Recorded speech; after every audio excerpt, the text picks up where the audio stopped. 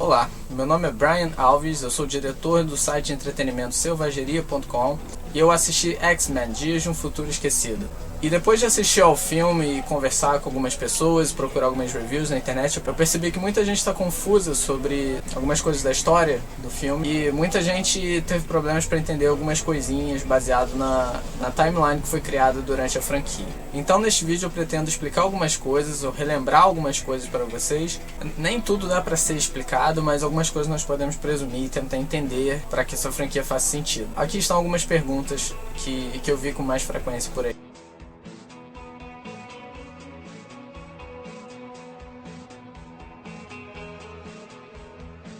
Ok, como os sentinelas conseguem usar os poderes dos mutantes que eles têm contato?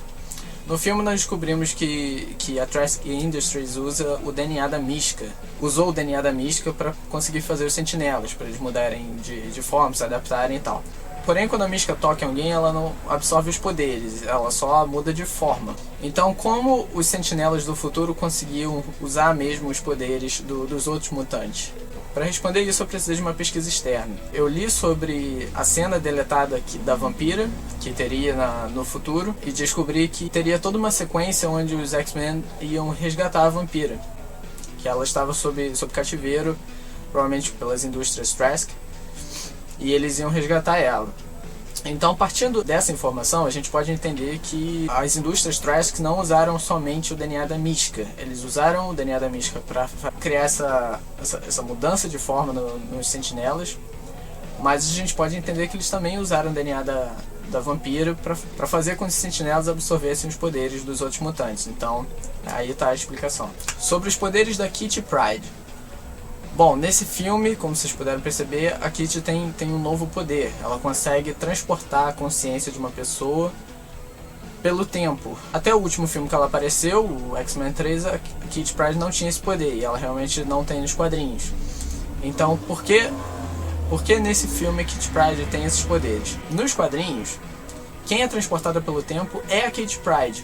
Uma mutante de poderes psíquicos no futuro consegue fazer isso. Então ela transporta a consciência da Kitty para o passado para poder alertá-los sobre o ataque ao Senador Kelly. E o motivo de ser a Kitty que foi transportada pelo tempo nos quadrinhos é simplesmente porque naquela época, no passado, ela era muito nova. Então ela ainda não tinha aprendido a fazer bloqueios telepáticos.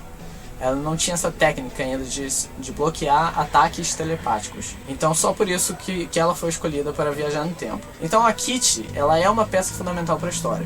No filme, eles optaram pelo Wolverine, o que faz todo sentido, porque o Wolverine já é o protagonista de toda a franquia, já é um personagem que todo mundo já está acostumado.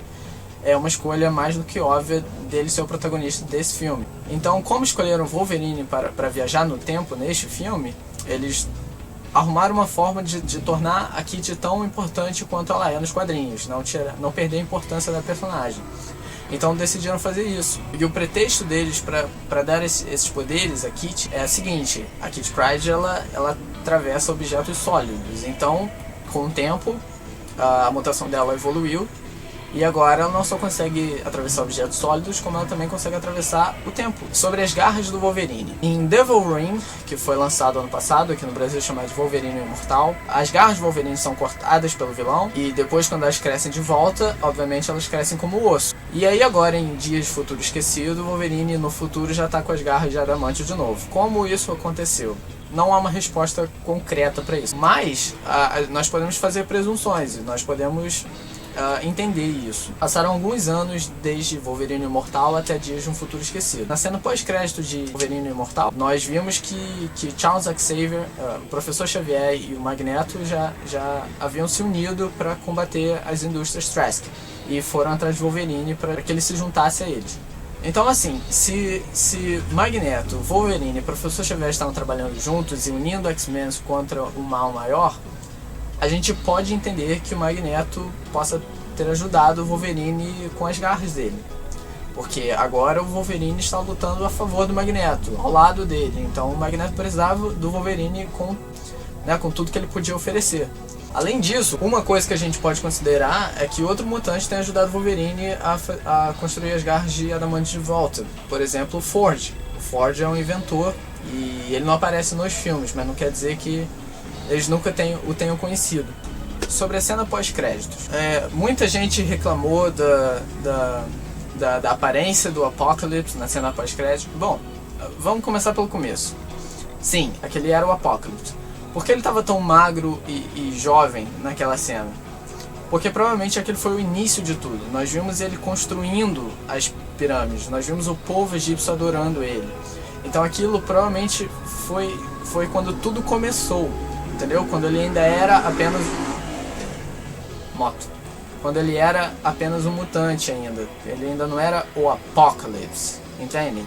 Então no próximo filme, o X-Men Apocalypse, com certeza ele não vai estar daquela forma, entendeu? Aquilo foi só no início. Provavelmente ele já vai estar bem maior, porque agora ele estará acordando, ele estará no presente. Então não se preocupe. Próxima pergunta. Como o professor Xavier está vivo? Na verdade a questão não é essa. O fato dele estar vivo já foi explicado em X-Men 3. Durante X-Men 3 nós aprendemos com o próprio professor Xavier que a consciência de alguém pode ser transportada por um corpo de uma pessoa inconsciente.